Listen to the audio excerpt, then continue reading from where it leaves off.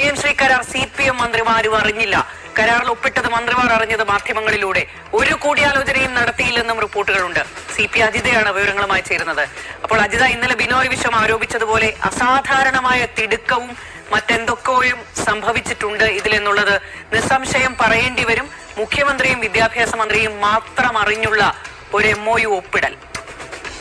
അതിനി ഇന്നലെ ബിനോയ് വിശ്വം ചോദിച്ചത് ഇത് എന്ത് സർക്കാർ എന്ന ചോദ്യമാണ്. അതേ ചോദ്യം തന്നെയാണ് ഇപ്പോൾ ചോദിക്കാൻ തോന്നുന്നത്. കാരണം ഈ PM ശ്രീ പദ്ധതി കാലങ്ങളായി സർക്കാർ എതിർക്കുന്നതാണ്, ഇടതു പാർട്ടികൾ എതിർക്കുന്നതാണ്, ദേശവ്യാപകമായി സമരത്തിൽ ഇരിക്കുന്നതാണ്.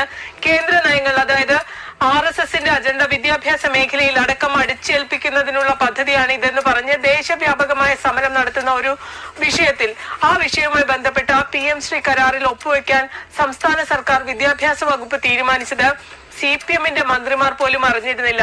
2 തവണ